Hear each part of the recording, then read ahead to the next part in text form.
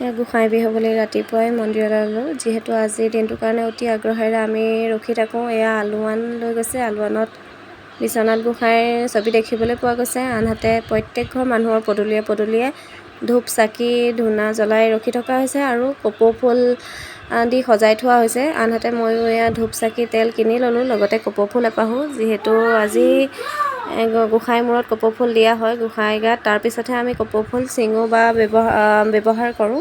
আজি মানুহ বহুত ভিৰ গোঁসাইৰ আশীষ ল'বলৈ, বিশ্বনাথ গোঁসাইৰ। আমিও এয়া সোমাই গ'লোঁ আশীষ ল'বলৈ।